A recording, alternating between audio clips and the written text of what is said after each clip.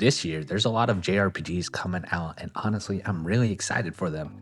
But what makes this list a little bit different is I'm still pretty, I would say, fairly new to JRPGs. Like I played some, I watched a ton of gameplay, and I've even seen people talk about these series forever on YouTube as well as on Reddit. But this year, I really want to dive in and actually experience these worlds for myself. So in this video, I'm going to break down 5 JRPGs that I'm personally the most excited and hyped for. And I'm going to be actually ranking them from number 5 all the way down to number 1.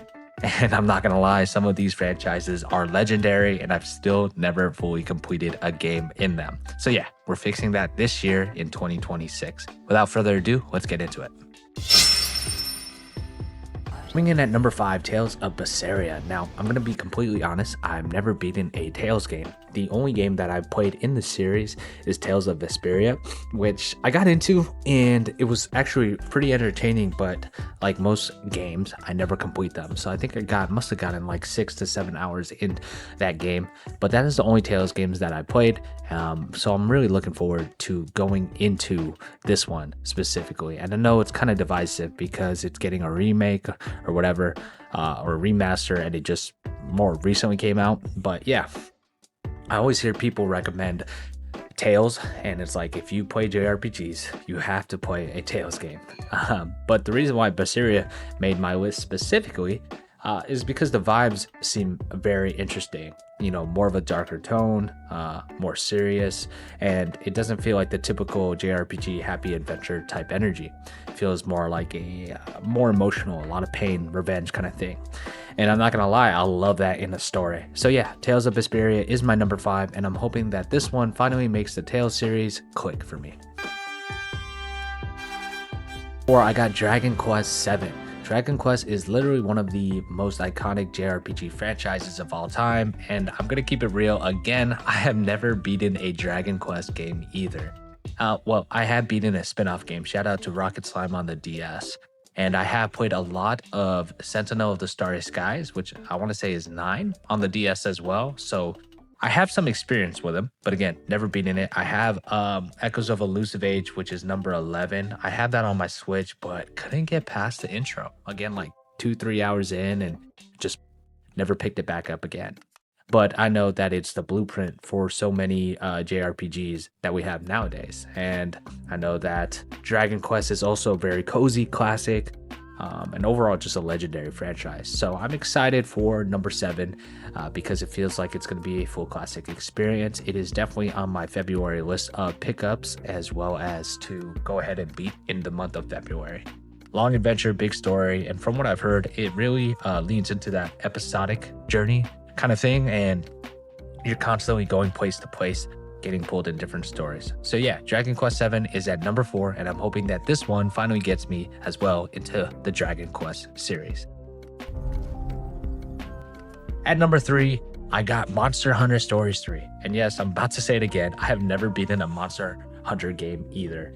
But I have played Monster Hunter Stories, the original one on the DS, and then I also played Monster Hunter Stories 2 on the Switch, and I've gotten like at least 40 hours on Monster Hunter Story 2. I just never beat the game on that. And I know this is more gameplay focused, more, grindy focus. But I really enjoyed it. I enjoyed the gameplay loop. I enjoyed the rock, paper, scissors kind of thing. So for me, Monster Hunter Stories 3 is definitely a must pick up. And I love Pokemon, right? So I love monster collecting kind of vibes. I know that it's turn-based, it's story-driven. It just feels like a fun JRPG to get into for this upcoming year. That's why I'm really excited for number 3. All right, going on to number 2, I got Trails in the Sky second chapter. And this one is special because right now I am currently playing through Trails in the Sky first chapter. And when people talk about the JRPG scene and with insane world building, they always call this one the Marvel cinematic universe of JRPGs, if you will. Deep lore, characters you care about, and they continually pop up in the series and each game. And Trails in the Sky specifically feels like that kind of JRPG that isn't really trying to rush you. It's a slow burn, it takes its time, and I've definitely experienced that too in the first chapter, but I really enjoy the world. I really enjoy the characters as well. I'm about like maybe 15 hours into the game, so I'm really enjoying the first one, so I'm super excited for the second one.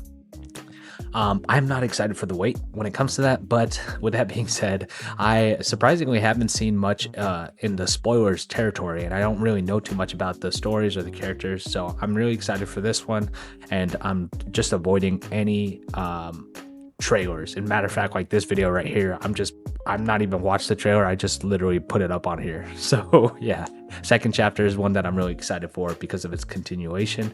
You're stepping into I guess a episode 2 and more world building. From what I've seen on Reddit is like chapter 1 really just sets up the world. Chapter 2 is where you really take that turn. I know there's a little bit of a cliffhanger in 1, but I don't know to what degree or what happens. So yeah, I'll just leave it at that. Cheryl's in the Sky second chapter is my number 2, and I feel like this could easily end up being one of the most satisfying JRPG stories I play all year.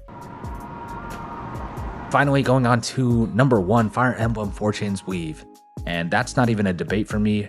Fire Emblem has been my favorite JRPG series ever since Three Houses. It's really the thing that unlocked the catalyst of me getting back into JRPGs, if you will. And Three Houses was one of those games that actually changed how I looked at JRPGs, you know, because the characters felt so real, the story got intense, choices matter, and made me fall in love with tactical JRPGs and that gameplay. And it just left me completely hooked. As a matter of fact, I probably have over 110, 120 hours in Fire Emblem Three Houses, and every year I feel like I just want to pick it up and play it for a bit. So when I think about the JRPG that I'm most excited for, it's easily going to be that next Fire Emblem experience, especially since it seems like it's going to be a continuation of Three Houses, or there's some sort of world building that is very similar to Three Houses. And Fire Emblem is really the only series on this list that I'm just completely confident in because I have played it. Like I already know I'm going to be locked in. I've completed the games in there. I've also played Engaged. I really enjoyed Engaged. So I know I'm going to care about the characters. I know that I'm going to be making decisions and stressing about who lives and who dies. And I already know that I'm going to be trying the most to make the coolest, most cracked army possible, if you will. So yeah, Fire Emblem Fortune's Weave is my number 1.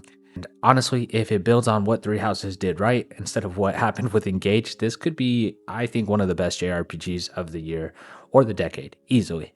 So with that being said, guys, that's my list. These are the 5 JRPGs coming out this year that I'm personally the most excited for, especially as someone who's still newer to JRPGs and really want to dive deeper into that genre. And I'm curious, what games am I missing? What game are you super excited for? Drop it in the comments below. If there's a JRPG you think I need to add to my list, I really want to know because I'm creating a backlog. So yeah, if there's something that I'm missing or a series that you think I should get into, make sure that you let me know. And if you enjoyed this video, make sure you like, subscribe, and I'll catch you on the next one. This is Dexter with Retro Dex, signing out.